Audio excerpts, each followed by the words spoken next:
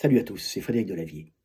Ce soir, je voulais vous faire une petite vidéo d'actualité pour vous parler du cas de conscience auquel sont confrontés actuellement nos dirigeants européens. Pour cela, je vais vous lire un petit texte que j'ai écrit hier, petit texte qui, je l'espère, vous fera comprendre la situation dans laquelle nous sommes et surtout la situation dans laquelle sont nos dirigeants. Ce petit texte s'appelle Sanctions contre la Russie et cas de conscience. Avec l'invasion de l'Ukraine par la Russie, le système démocratique de nos États européens entraîne pour les dirigeants de ces États un terrible cas de conscience. Ainsi, les dirigeants européens qui doivent plaire à leur peuple pour être réélus doivent absolument se montrer moraux aux yeux de ceux-ci s'ils veulent conserver leur place et continuer à régner. Le peuple, étant dans nos démocraties européennes influencé par les médias qui appartiennent à des puissances économiques internes à nos États, ou bien souvent à des puissances économiques appartenant à d'autres superpuissances étatiques comme les USA, nos dirigeants européens, s'ils veulent être réélus, devront se conformer en parole et en acte à ce que ces médias diffusent dans l'esprit des peuples qui les écoutent. Pour se conformer à la volonté du peuple façonnée par les médias, les dirigeants européens, pour paraître moraux et être réélus, ont voté des sanctions contre la Russie, sachant pertinemment que ces sanctions voulues par les USA, qui influencent les médias européens, entraîneront l'Europe dans une terrible crise économique et un appauvrissement dramatique de sa population. Si nos dirigeants avaient réellement voulu le bien de leur peuple, avant de vouloir paraître moraux à leurs yeux, ils n'auraient jamais proposé et appliqué des sanctions contre la Russie pour l'invasion brutale et cruelle de l'Ukraine, quitte à passer aux yeux de leur peuple pour des êtres immoraux et par cela ne pas être réélus et finir leur vie en paria loin du pouvoir et de la gloire. C'est un grand cas de conscience classique qui taraude souvent l'homme. Paraître bon et faire le mal, ou faire le bien et paraître le mal. Entre l'être et le paraître, la conscience doit souvent choisir dans la douleur. Voilà, petit texte pour vous montrer la façon dont fonctionnent nos démocraties et la façon dont nos dirigeants sont obligés d'agir, poussés par ce besoin de paraître et ce besoin de se maintenir au pouvoir, même s'ils savent pertinemment qu'ils entraînent par ces sanctions l'Europe dans une terrible crise économique. Alors bien sûr,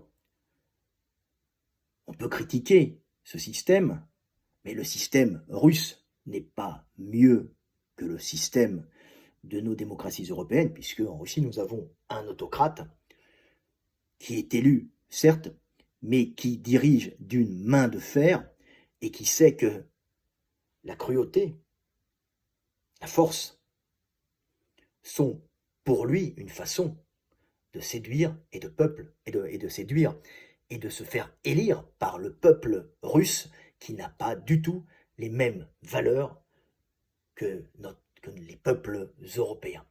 Les Russes admirant avant tout la force brutale montrant qu'elle défend la Sainte Russie.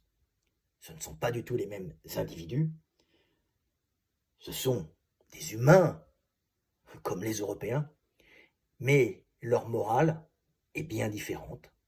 Et pour comprendre les Russes, il faut se mettre à la place des Russes, et pour que les Russes comprennent les Européens et les sanctions que les gouvernants européens ont fait contre la Russie, il faut que les Russes arrivent à se mettre dans la peau des dirigeants européens.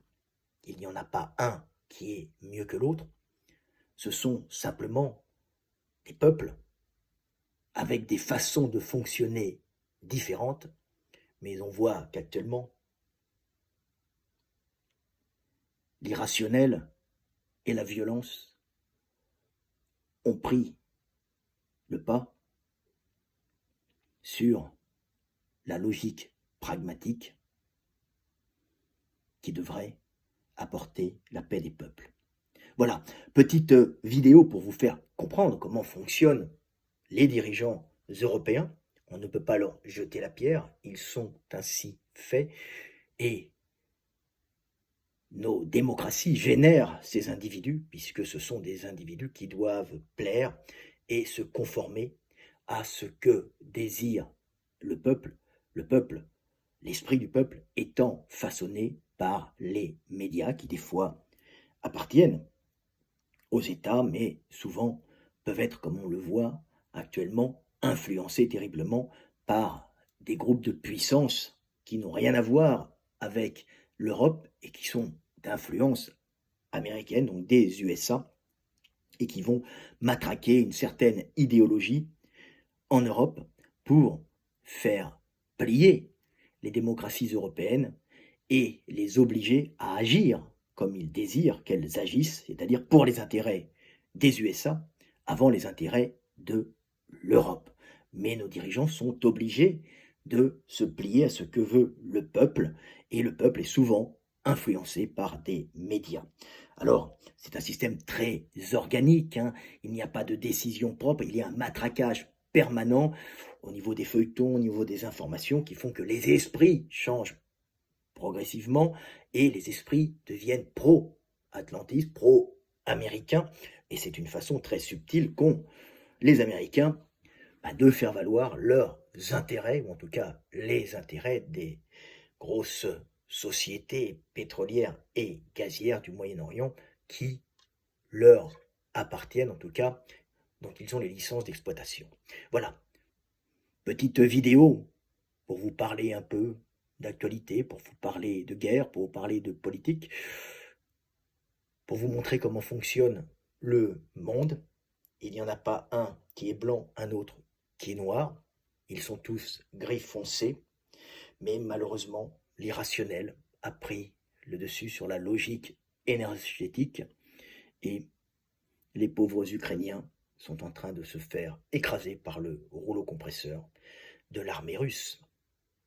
Voilà, pour les intérêts, bien sûr, à la fin des Américains qui ont compris que si les sanctions économiques faites contre la Russie et les blocages des échanges entre la Russie et l'Europe vont impacter principalement l'Europe, cette Europe privée de gaz et de pétrole russe devra se tourner vers des approvisionnements sous dépendance américaine, donc sous dépendance des USA. C'est tout bénef pour l'Amérique. Voilà, les Américains ont gagné la première manche. Voyons comment va se passer la suite en espérant que la paix arrive au plus vite, car dans des situations comme ça, c'est toujours dramatique.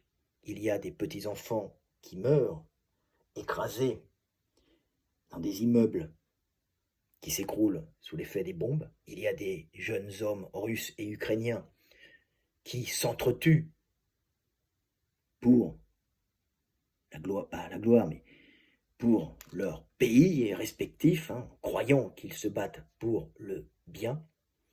Là-dedans, personne ne sortira vraiment vainqueur, sauf les Américains qui pourront vendre leur gaz et leur pétrole à ceux qui n'ont plus le gaz et le pétrole russe. C'était Fred Delavier, je vous aime, et paix sur terre.